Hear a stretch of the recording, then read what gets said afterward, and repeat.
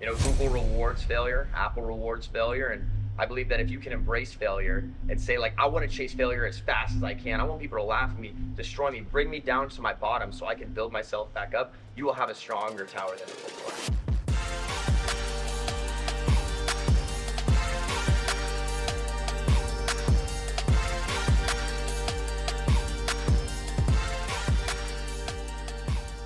Welcome back to another episode of The Burn. I am Ben Newman, and you know how we do this every single week. We're going to bring you a story of an athlete, a celebrity, an entertainer, somebody who's performing at the highest possible level, who's recognized that the burn is what ignites their why and their purpose and causes them to show up every single day on the days that they don't want to, and especially after they win. From time to time, we like to do very special things for all of you, and today is one of those very special episodes. We are coming to you from Las Vegas. Many of you online, you saw the amazing boot camp experience that took place with Ed Milet, Tim Grover, Dr. Gabrielle Lyon, Justin Gatlin, some of the best speakers in the world who came together for an amazing experience. I've been doing these boot camps for over 14 years, and I'm telling you, we took it to a whole nother level. And if you missed, we may have some details for you on our next boot camp, October 6th through the 8th in Puerto Rico next year. And I may have the man on the show today who might be able to just share a little bit of information about that. But we're here to actually talk about his story. And his story is amazing. Iconic Becker is a gentleman who I had the opportunity to meet after I spoke at an event 8 months ago down in Atlanta, Georgia for our friend Ali Awad. And I get done with this event. Like, here's a guy who knows what he's doing, right? And I finish this event, and all of a sudden I come off the stage, I'm hanging out with the crowd, as many people know that I like to do, and I'm getting ready to head to the elevator. And all of a sudden, Icon says to me, "Hey man, I liked your talk. Do you mind if I walk with you to the elevator?" Walks to the elevator, rides on the elevator with me, and we talked about something that I had been making excuses about. Our Uncommon Live community had been encouraging me, you need to get back to doing boot camps. We need live events. We want to meet each other. Now we've all been able to get together, which has been amazing because Icon had the courage to push me along with the Uncommon Live group to say, man, I would love to be the one to help you with your next event. After we started the planning for the event, we'll talk about that, but I found out the amazing story of Icon, his passion, his energy for life, influence from family. We also had to have his father at the event, which we're going to talk about. But some amazing things that have influenced him, and also adversity and challenge coming close to death. Hang on to your seatbelts, put them on, because I'm telling you this right now, you're going to love this episode with Iconic Becker. My friend Iconic Becker, founder of Klevr Events, welcome to The Burn. It's a pleasure to be here, Ben. It's been a long time listener ever since I met you last year. A couple episodes are in my podcast playlist all-time highs, especially one with Dr. Lyons. So it's a true honor to be here. Well, it's awesome to have you on. I'm going to get right down to it. Let's do it. Many people don't know the story of the challenge and adversity and the near-death experience that would have kept you from even being here on this couch. And I think so many people go through challenge and adversity, but sometimes they allow things that really aren't that significant to hold them back from being their best. And I just love your story and what you fought through to still be able to do the work that you do today with so much passion and energy. So take us to the event and what you've been through. Yeah, so let's rewind back a little bit. It was basically about 3 years ago. We were trying to start our own marketing agency, and we tried to do it the way everyone else did, which is like, let's go to doctors and gym owners and anyone we can that can afford a $1 to $2K a month marketing budget. And we sucked. We were awful at it. Nobody wanted to work with us. No one took us seriously, and we really struggled to get clients. And so eventually, we were watching the movie Avatar one day. And in Avatar, there's a great lesson that most people skip over. You see, everyone thinks Avatar is about humans destroying Earth and we need to protect life, and that's definitely a core element. But do you remember the end of Avatar? I'm sure you're a fan of the movie, right? Never seen it. No. I gotta be honest. Are you? I'm not one of those guys who says like, hey, I'm not a science fiction guy. It's gotta be real. We're fixing that after this podcast. But I'm gonna be honest, you always get the real answer. But basically, the people in this fantasy world, they all live in fear of this giant, like, bird-like dinosaur that flies in the sky, right? And so the people can ride smaller versions of these birds, but no one ever tries to mess with the big one because it's so massive, it's so intimidating, it kills everything in its path. But one day, this guy decides, hey, this bird is the biggest thing in the sky, so it doesn't worry about getting hunted, so it never looks up. So he's the one guy who decides to fly above the bird and jump onto its back, and that was the first time that anyone ever conquered such a beast, and he was able to now have the most powerful bird in the entire sky and command an army from it. And so I said, wait a second, guys, we need to go for the clients that are so big that they don't look up. We live in Fort Lauderdale at the time, so we said, let's cold approach a super yacht company. So we bust in the doors, we say, hello, mister, we're gonna do your marketing. And an old gentleman stands up and he says, we've been running this company for 20 years and not a single person has ever talked to us about marketing. What do you got?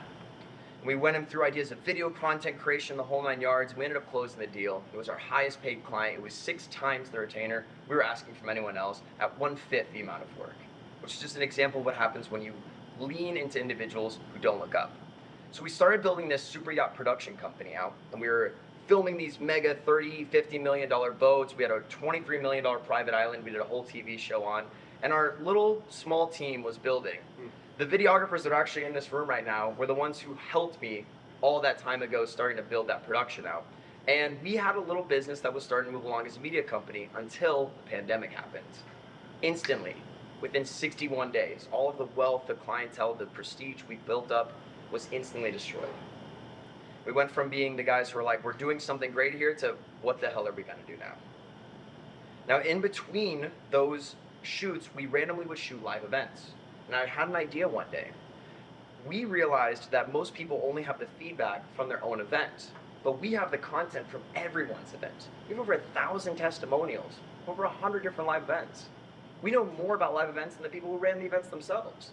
So let's study the testimonials and see if we could run a couple events.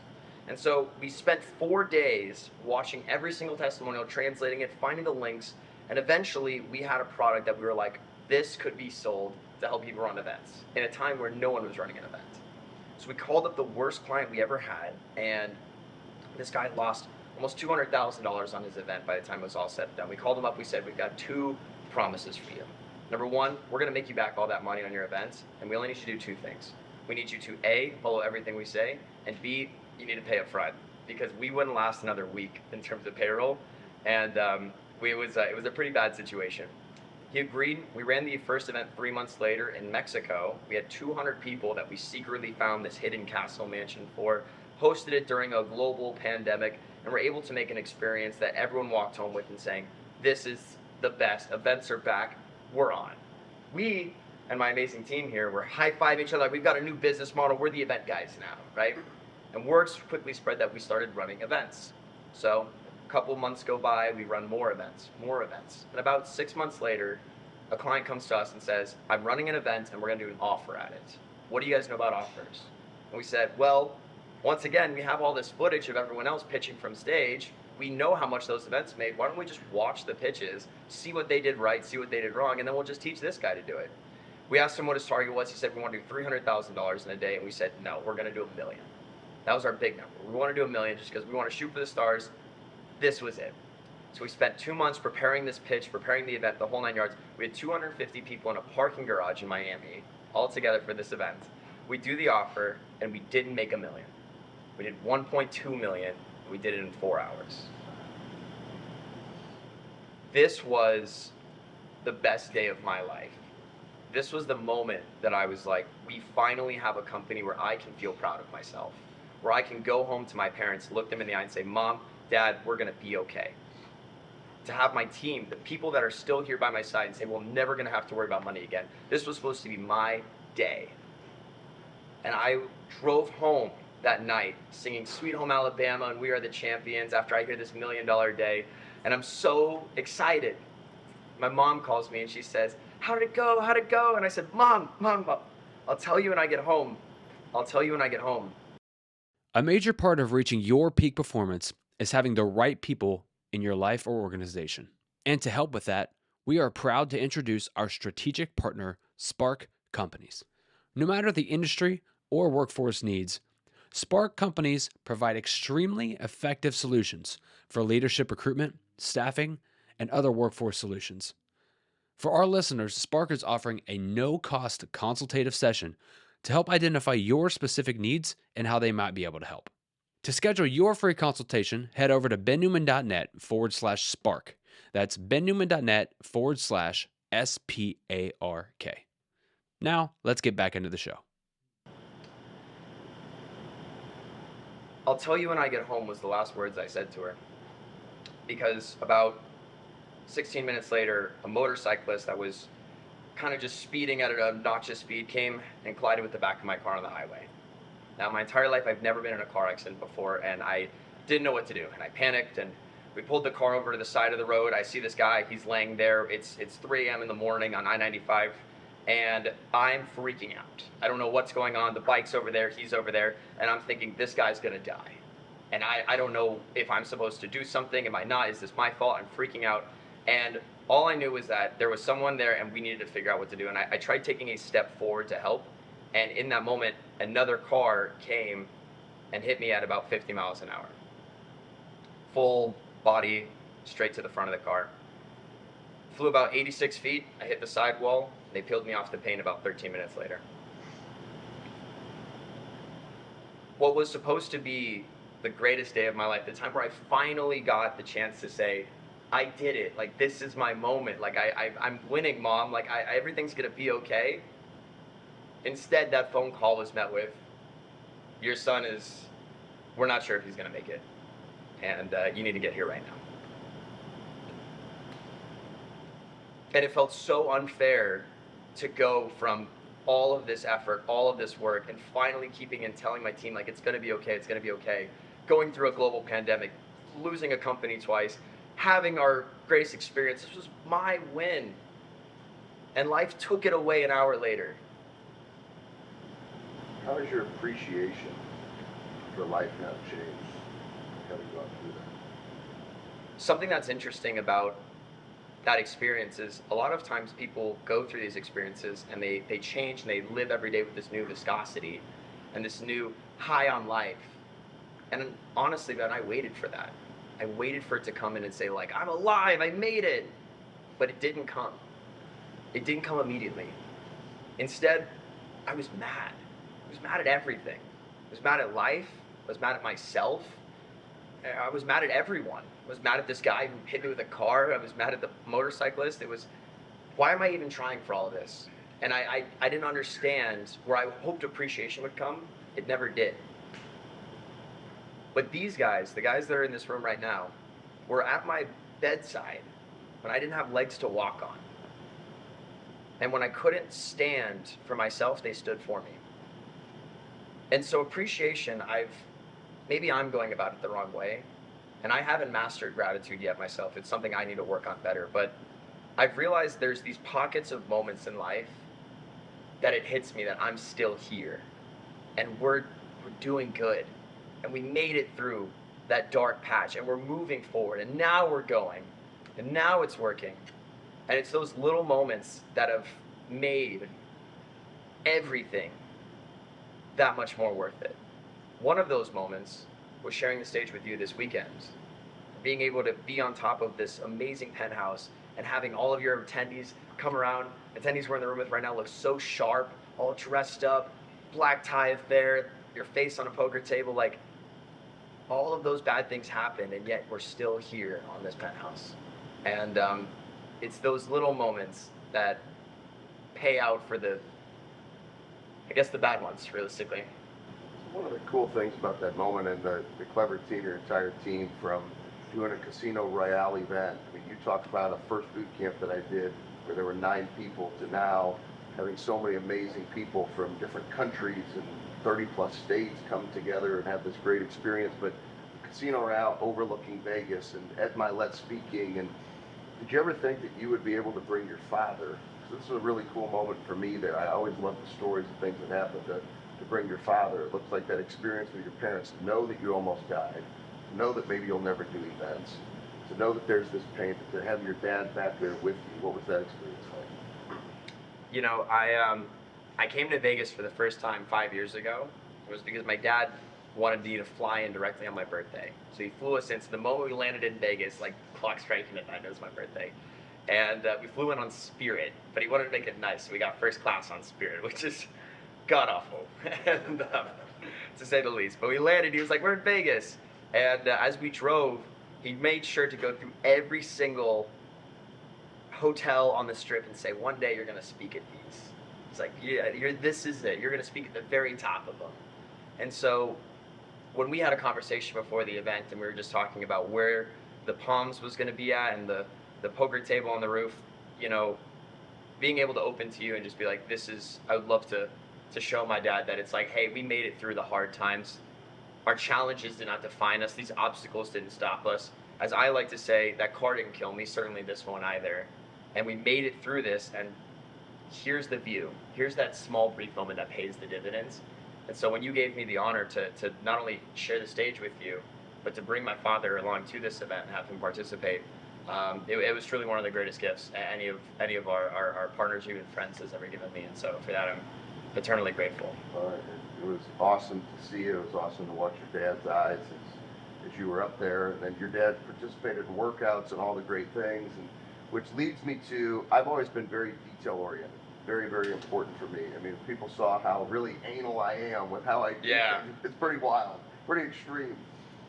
But the level of detail that your team put in from that Casino Royale event, I mean, literally clearing out the ghost bar, turning it into a casino, putting a stage in this beautiful place, to the ballroom that was chosen, and the lights that were chosen, and the smoke that was chosen, and the food that was chosen. Every single detail event, to the VIP event, the hard court suite with Tim Grover, which obviously makes sense. So badass. With all the Michael Jordan, Dwayne Wade, Kobe Bryant, all those that he's worked with. So right now, this is actually, I'm just going to throw it out there, it's the first time we've ever done a live filming with an audience of The Burn. We have members of our elite boot camp that are with us now. This beautiful penthouse. Every detail was nailed, in my opinion. We'll have to go to the testimonials for everybody else. What do you guys think?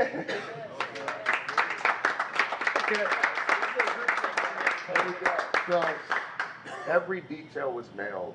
Why are the details so important to you? Because I've been to so many events. I've spoken at, hundreds upon hundreds of events.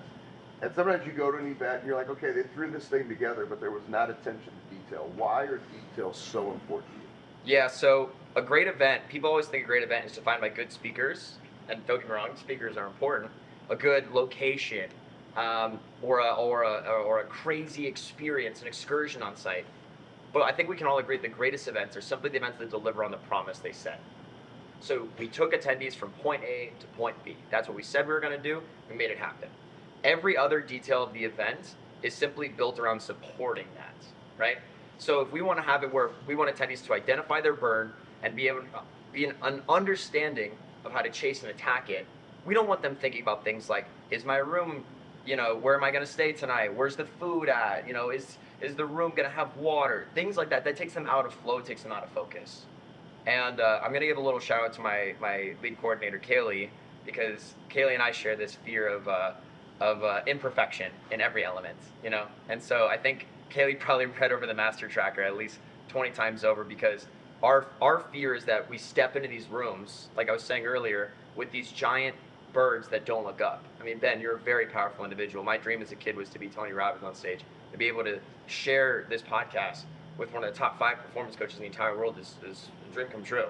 And so it's like, for us to be able to even work or align ourselves with you, in our mind puts us at such a high level of perfectionism that a degree under is just not acceptable for you. Standard. It's not, a degree under the standard is just not acceptable. And so you took a lot of trust and built it on our team, and I think our team equally wants to make sure that's respected. And so details shape the experience, but as long as we can build an event that delivers attendees from point A to point B, and they don't have to think about anything else, then we've created a great event. And I think that's a formula that anyone can take away. One final question. A lot of people have great ideas and then they fail to execute. A lot of people, because a lot of people come when you do events, and I've been doing events for a long time. Nothing compares to what we just did, and I'm just so forever grateful to you and to the entire team and all the discipline, the time, the dedication. I mean, people saw what happened behind the scenes. It'd be mind-blowing. What do you say to that person who just doesn't have the courage, whether it be an online event, whether it be an in-person event? The people who they know they want to do something big, but they just have that fear. What do you say, having all these events that you've done, what do you say to those people? Yeah, I think it's something that Hermosi once said to me backstage, which was, there are a million ways to win, and there is only one way to lose. And that's simply giving up, right? Not trying at all. And so for a lot of our events that we've made, we royally screwed them up. We tried our best, expectations were misaligned, and it felt terrible, but we still moved forward. Connotation, now we go. Car didn't kill us, this won't either. And so, if that's not going to stop us, I like to fail forward, fail fast, and fail harder. Our company's mission is simply fail harder this year, and that's what I would encourage anyone to do. You know, Google rewards failure, Apple rewards failure, and I believe that if you can embrace failure and say, like, I want to chase failure as fast as I can, I want people to laugh at me, destroy me, bring me down to my bottom so I can build myself back up, you will have a stronger tower than ever before. And I love that. One more piece, because you had mentioned yesterday, actually, from the stage, the importance of don't tell us the great feedback, tell us the feedback that's going to make us better. Yeah. I think that falls in alignment with what you said. It's really important. absolutely. Am I allowed to ask you a question? Absolutely. So my question for you is, it's been a long time since you ran a boot camp. What was the moment that really shined over everything else this weekend or this week for you? Oh, I would say that when we were up top and I stepped onto that stage, which once again was strategically placed in the perfect place, and you look out to Vegas. I mean, it literally was like you could have taken a step and you're like on the strip. And I look out and I see all the lights, and then I turn around and hear all these amazing individuals that, whether it was the first time having an opportunity to meet them, or members of our Uncommon Live community, or there were friends, and to see my wife's eyes who had never been to a boot camp all these years I've been doing them, just to see everybody. You know, I'm a crier. And so for me, the emotion of that, it just made me want to just pour into everybody, and I was so grateful. It was so humbling, and it was just almost like this scene of perfection. But then I go into attack mode, so it was this perfection excitement. But it was like, all right, now it's time to attack. It was incredible. And now that we're at the end of it, we're closing on our amazing elite day in this awesome penthouse here at the end of the event. We mentioned the 2024 boot camp in Puerto Rico. What excites you most about that one? Like, what idea do you have going forward that's like, I want to drill into this, I want to lean into this more? Well, this is why my screws are loose, because like when I say never finished or own it mentality, like it's never finished. Like you love it, it's like you want to do it again, you know, and you want to continue to give back, and you want to continue to serve, and it's what more can you do? And little side story, and then I'll wrap it up here.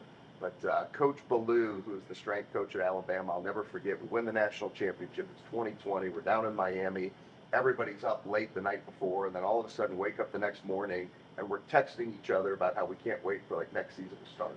Yeah. And so there's this love, there's this passion, and then you say, okay, we got to stay connected, continue to deliver on what we just did, which means that you have to continue to provide environments that allow people to continue to do that. So yes, it gets me excited that there's lots of things that we have upcoming, including that Puerto Rico boot camp, where we're going to continue to do something which was very important, which we all delivered on together, which was create an experience that hits people in all different areas of their life.